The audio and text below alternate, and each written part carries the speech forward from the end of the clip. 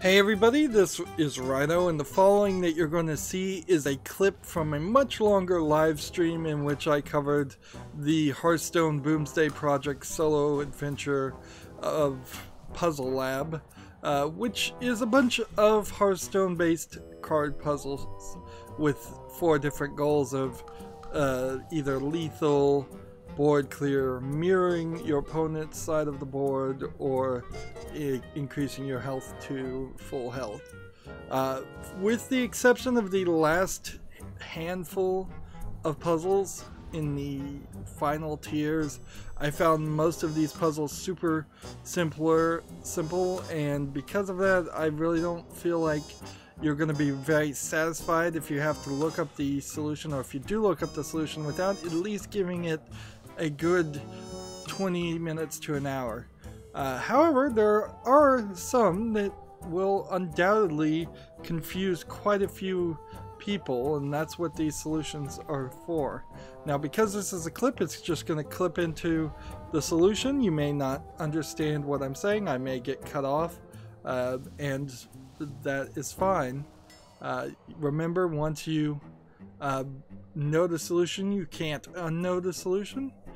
So consider that before you watch too.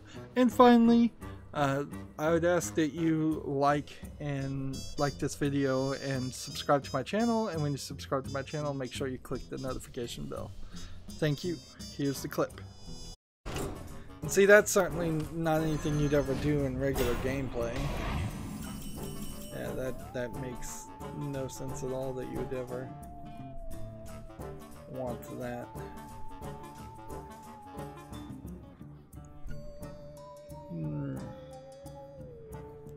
So if I put this one here and this one here, should be able to kill that one there. And match things up. So that was the solution to that puzzle.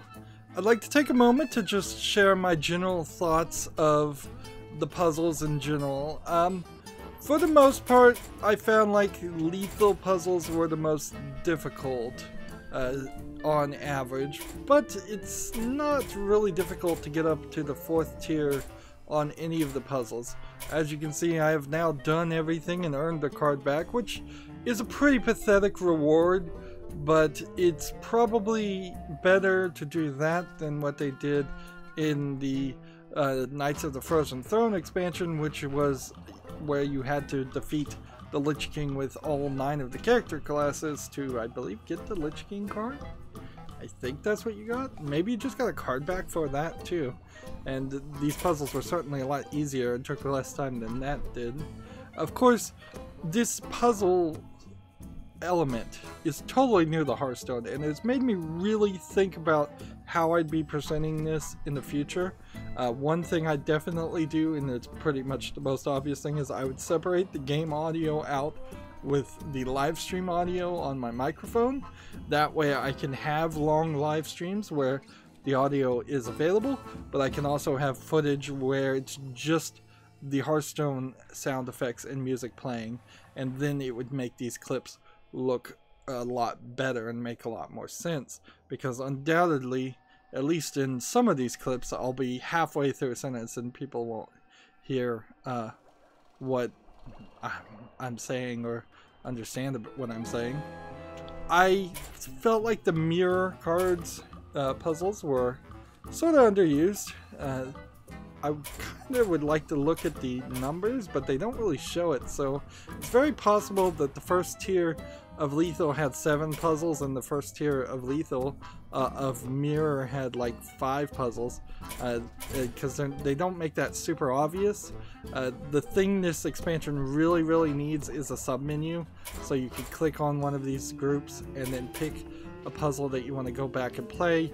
At the moment, if you want to go back and play anything, you would just have to start from the beginning and cycle through it again, which is frustrating. Certainly, it's just a lack of replayability.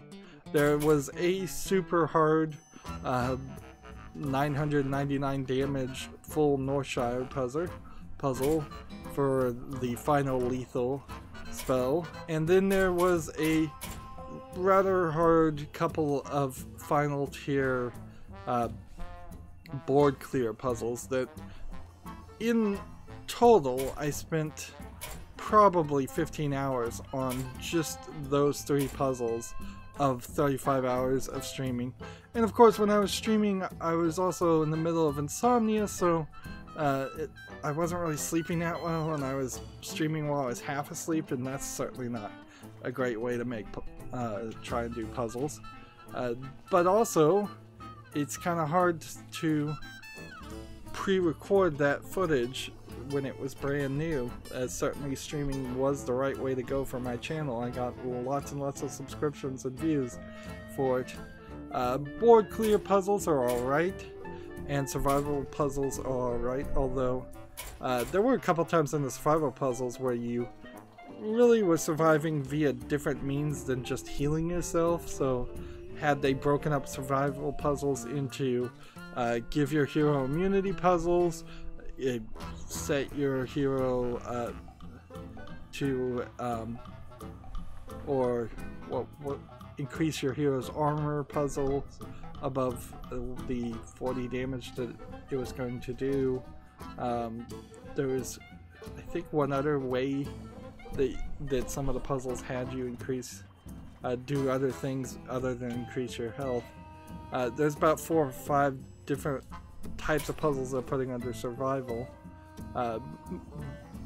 which could have been broken down, and certainly that would have been it. I've seen some thoughts of people asking Activision Blizzard if they were going to let players create their own puzzles. They said that was a great idea, but they have no plans to do it, so take that for what that is. I think that would be a great idea. I think puzzles could replace tavern brawls very easily, or at least they could swap between puzzles and tavern brawls. I kind of hope there isn't a daily quest that shows up where you have to do 5 puzzles to get 50 gold, because that would be annoying, particularly for people who have already finished it. Survival puzzles were fine, and board clear puzzles were a little hard, and mirror puzzles were fine. I think lethal really stood at least a couple steps higher than in difficulty on average than any of the other puzzles. But there's also problems with a lot of the puzzles that were given in this expansion. They just didn't do a good job, in my opinion, of using cards that already existed. There's a bunch of cards from previous Solo Adventures expansions that have never been used in regular gameplay. They didn't bring any of those back. There's a lot of heroes that could have come back from the old Solo Adventures too. There's a bunch of cards that are wild that they really didn't play too much with any of those, and they really didn't play with the cards that are standard either. Instead, they introduced some cards that just don't exist in regular gameplay. So even if you solve a puzzle using a card, if the card doesn't exist, you've not learned anything, and that inherently gets to the problem with this puzzle systems. Unless Hearthstone decides to separate itself and redefine itself as this puzzle card game and ranked collectible card game in equal parts, these puzzles don't feel like playing Hearthstone. They don't feel like playing ranked, they don't feel like playing arena, they don't feel like doing a tavern brawl. Maybe some of the tavern brawls that might feel a little bit like that. They also didn't feel like they really taught you too much as far as gameplay mechanics that people might be overlooking. Of course, I'm so far into this game, I've been playing it for so long, maybe it does teach some basic things that I'm just overlooking. But yeah, there's definitely some weirdness on the puzzles that they did make and how they made it. It seems like they just kind of had never thought about this, and this was a last second idea to do this expansion. Which is weird, because this expansion came way too early and has really messed up my schedule and overcommitted me to doing a lot more work, editing out so much of the footage down into just short, often less than a minute clips. of the successes, whereas Hearthstone in general is the game that I can rely on to not force me to do any editing or any extra work. Well, that's it where I'm gonna wrap up with this ideas. If you want to see the entire live streams, there are 7-part videos on my channel where I live streamed the Boomsday puzzle expansions, but they are very, very rough live streams. I am not going to deny that. There are many times, particularly at the end, where I spend 3 or 4 hours just banging my head against puzzles and don't find the solution, to the point where I actually had to look up the solution for the last 3 myself. These clip videos, I plan to release them every day, and because they're going to cause so much extra work, they're going to eventually, after Halloween, after October, Halloween month, they're going to replace a time slot on my channel. I'm just not going to play a game, or I'll probably play a game, but I'm not going to air that game until later. This entire year has been a year that's been terrible for all YouTubers, and it's sucked a lot of the energy out of the room for YouTubers and creators, me included. One of the major things that did that is them changing and moving the goalpost and kicking me out of the YouTube partner program, so I can't even earn the pennies on ad revenue I used to make. Anyways, that's where I want to wrap up. I end all my episodes the same way. I ask you to like this video, I ask you to share it with your friends, I ask you to comment, I ask you to watch every second of all my videos, because that tells YouTube's algorithm that my videos are worth watching.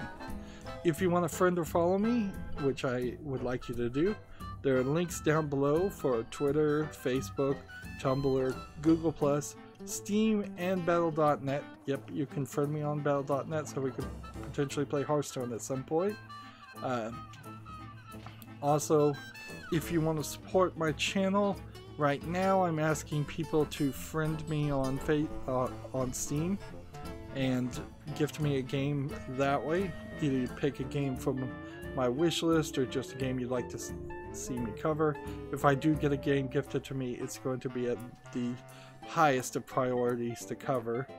And if you don't want to pick, you can also gift cards through Steam. Or if you happen to have a Steam code through a different third-party site, you can just send that code to me through Twitter direct message. And I think that is it. So thank you for watching.